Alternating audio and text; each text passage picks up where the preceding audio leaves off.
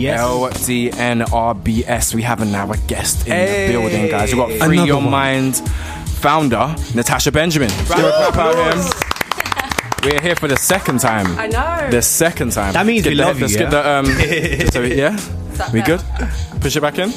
There we go. It's cool. Here we go. Right, so last time you came, we spoke a lot about mental health. In fact, I'm going to let you speak about Free Your Mind first, to let people know it doesn't know it, at this moment at least. Okay, so Free Your Mind is a childhood domestic violence and mental health support service for children and young people that have grown up in a home environment around violence.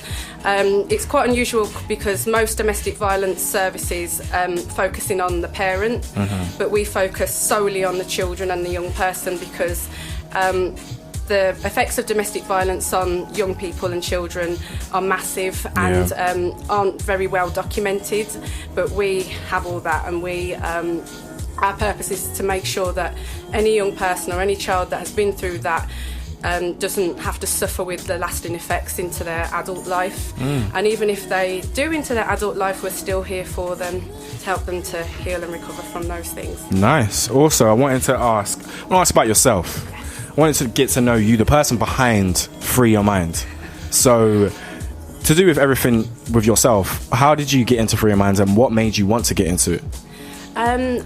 Free Your Mind started because of my own experience. I actually grew up around domestic violence, and I didn't grow up really thinking about the effect that it had on me, but it was obvious that it had an effect on me through the trauma that I was displaying.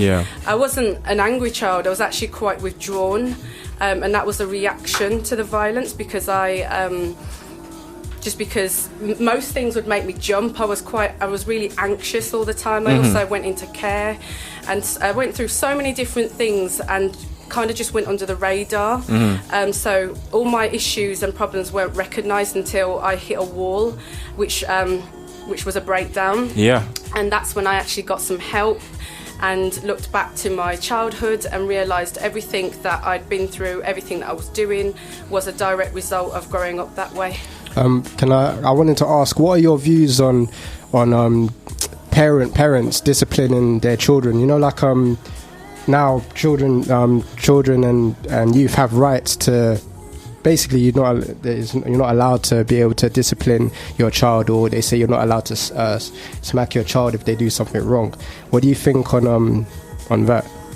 Oh, well, when I speak about domestic violence, it wasn't that I was being hit. It was the violence between like parental violence. So I didn't grow up being hit. Actually, on my dad's side, he was a bit like that, to be fair. But my mum never did. She once chucked a slipper at me and I was devastated.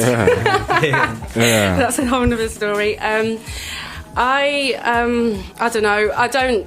I'm not a fan of any parent, really, hitting their children, it is slightly abuse in my opinion. I do think that, it depends on the level. I do think, a tap might be okay, but no. I had more than just a tap, boy. Well, yeah, I think most of us probably did, in this age, but I think that as laws are being set now, you can't really do that. And some would say that has bad effects on some of the way that kids and young people are today, but for sure. I think that a lot of people that grew up with really, parents that were really disciplinarian that would probably look back and say that really hurt them, and it's made them, it's had a negative effect on them. So just to chime in on that too, even my own personal experiences, my mum was just very mental. So it was like that sounded very wrong for you. I know what you mean. But she was very mental in the fact that I think she raised me a lot on just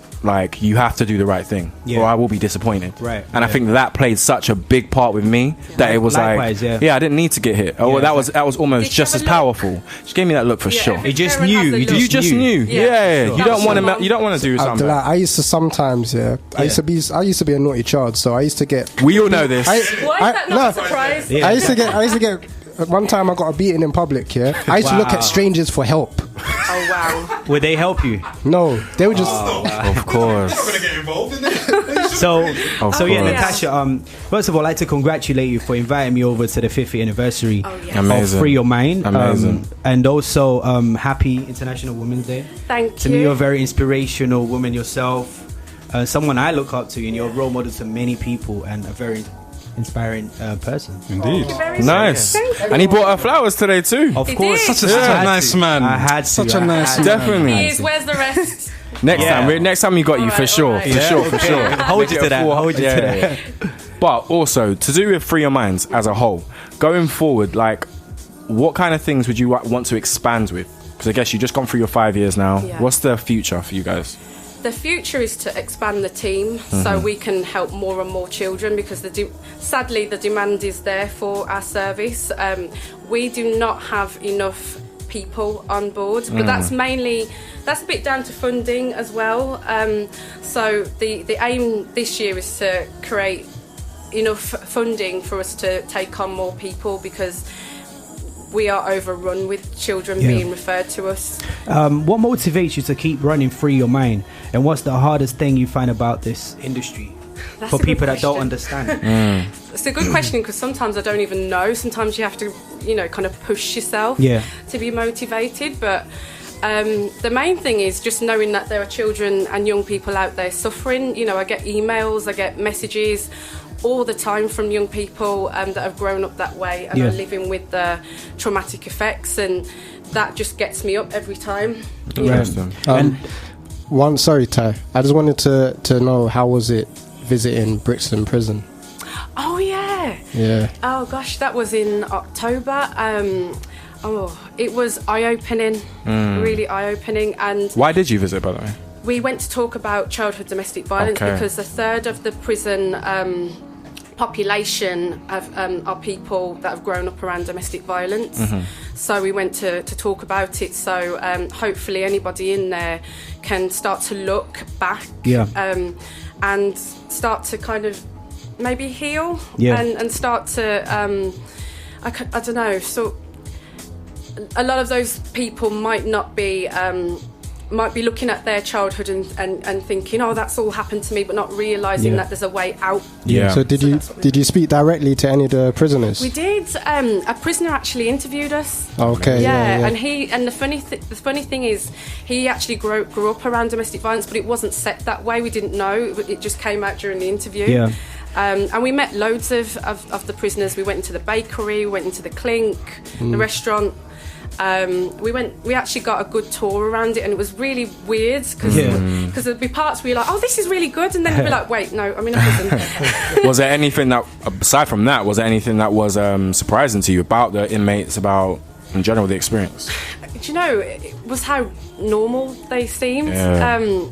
I often I'd look at some of them and think, why are you here? You look like an uncle or someone I know, and then you realise, these are just normal people that just went down a bad route, made a choice one day, and that's that was the result. For sure. And also as well, last time you came over to the show, we completely forgot to touch up on the subject of your self-care book. Oh yes. And you've recently had it rebranded. Oh, self-care. So tell us a bit. I can see the book over here because I've got a copy myself, and my best friend Simona Zivkovska. If you're listening right now, I want my book back. So what is the book? Tell us about the book, for sure. So the book is about self-care.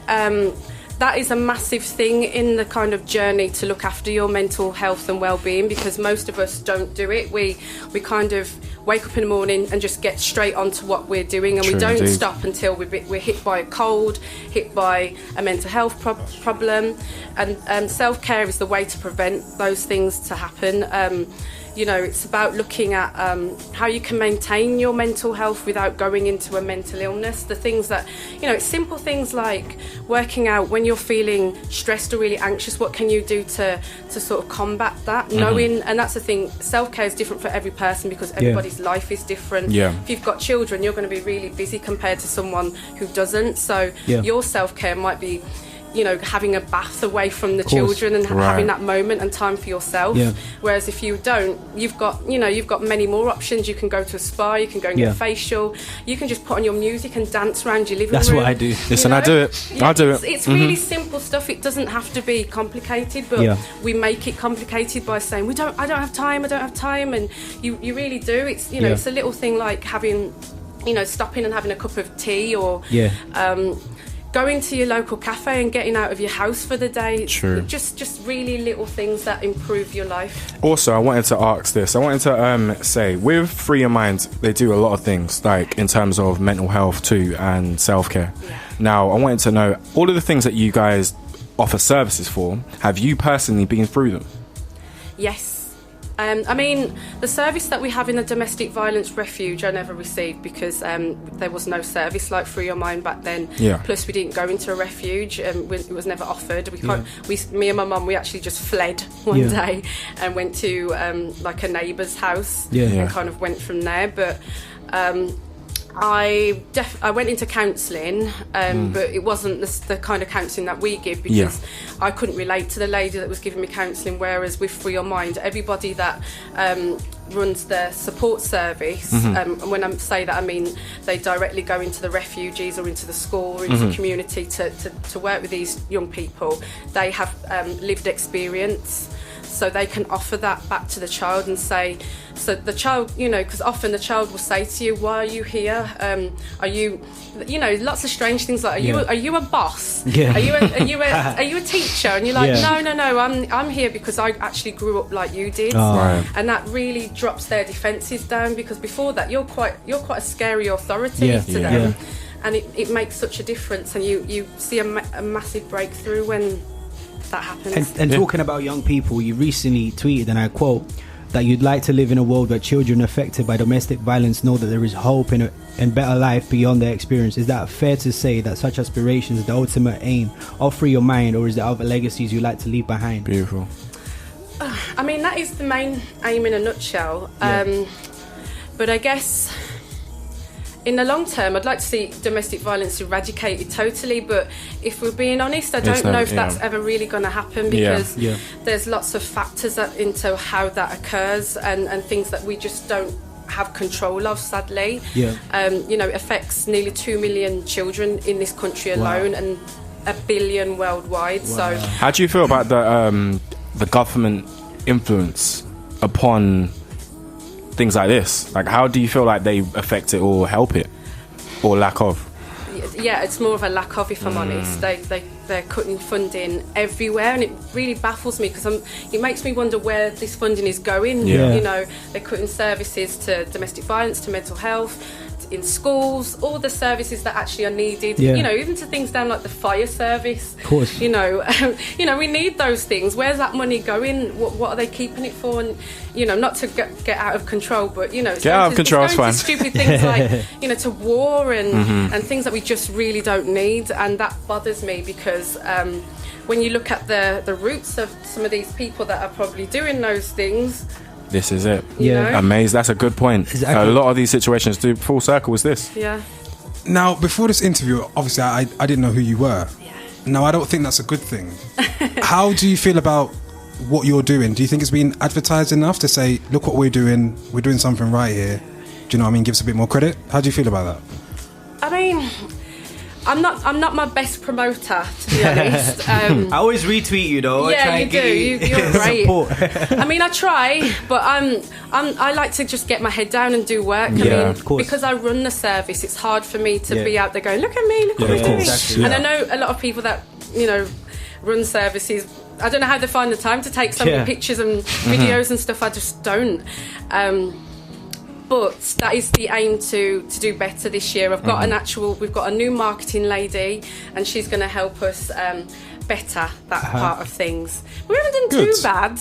Oh no, I'm sure you haven't, but it's not good that you come on here and I've never heard of what you do. That's really not good. Should be champion on all levels. Now you have. Come on you now. have. You're here now. So You're responsible for the promotion. Fair enough. And just to champion a little bit more too, behind the scenes of LDNRBS, people don't know, but on Mondays we have Safi too, who comes in. Now she is from Free Your Mind. She is. So tell us about that, her experience, because she's here on Monday all the time. Yeah. And she's from Free Your Mind, so yeah.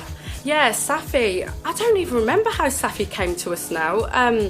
I think she literally just she was looking for services that looked into childhood domestic violence, and she found me and emailed me, and I said to her, you know, come on board. And she wanted to help make changes. Yeah. So I was like, come and be a part of the change you want to see in the world. And here she is now, and Amazing. It's great. Yeah. Nice. We're doing some stuff together. She's going to help us with a documentary that we're doing for the TV. We're still working on that. It's a long way in the process, but we're going to tell people's stories just so people can understand the issue of childhood domestic violence, not just what you usually see on TV, which is the relationship type. Yeah, and a lot of us don't understand these feelings that we feel. Sometimes we can't explain what the feelings are. For example, like anxiety. A lot of people don't know what that is.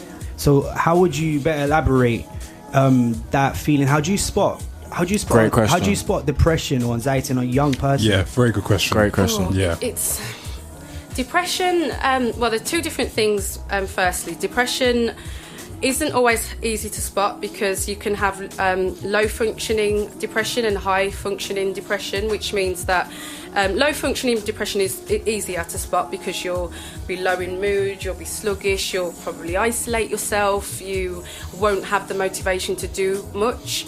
High functioning is much harder because you will appear like any one of us, but then go home and be very low in mood. It's like putting on a mask every day. Yeah. So that's harder and a lot more dangerous because those are the people that you will say, you'll hear about and say, oh, but they look so happy. Yeah. How, why did they do that? You know, the drastic side of things like suicide, you wouldn't spot that. But and with anxiety, that's a little bit easier to spot sometimes. Some people have nervous twitches. Yeah. Some people are, they worry a lot. They go to the extreme when they worry. They think of the worst case scenario often. But some people, go under the radar with it and you won't know until you have a conversation and they say, I suffer with anxiety. And you're like, I would never have known. I'm actually going to tell you guys something I've never told you before. Exclusive. And exclusive for sure. My mom actually went through depression for 10 years, if not longer than that. And while she was going through that, I was a teenager myself. I must have been about from like 13 till about I was like even 20 or something like that. So seeing my mom go through depression, there was times in my life where I even researched. I was so low and I was so negative and I was so I think depressed, it's fair to say. I never sought any form of help. I just tried to deal with the situation I was going through. But because she was going through a lot, I found myself in her shoes, and I feel that it kind of like gave me strength as well going through that. But there was times I've been very low. Like there was times when I even researched how to commit suicide, and that's very low. When I think about it now, like because I've always been a very positive and the life of the party, really. Like, and that's how I come across to many people that when they describe me. And it's like I've always the mask that you say that you put onto the world, but inside when you go home, you feel really depressed, and it's like you're living a lie, and because of that, that's what the enlightenment that I had one day. I said I can't keep on living this life. I need to do something, and something just. I think it was the music that I released. Everything, the music that I was making. That was my the place where I could run to, and that's the hardest thing, finding that thing for you. But you can come out of that. I'm an example. My mom is a great example herself. She went through things like that. So. But it's not easy. I understand why people go through it. I'm guessing that's probably one of the biggest passions for you, being able to return those stories. Yeah, exactly. And it's so important that you found that release, because that's what we all need, because if you don't, you'll find a negative way to medicine your pain, drugs, alcohol, whatever it is. I had to be there strong for my mom. I had to, because I've never had a dad, and I was the only one there. So that's that was the strength that that was it basically. Has there been any I always think there's always two sides of the coin. Has there ever been any harsh reality stories that you have come across with Free Your Mind? I'm guessing there has been a lot. Harsh reality stories? I mean, they're all really... How do you mean? Like stories that didn't exactly go the right way.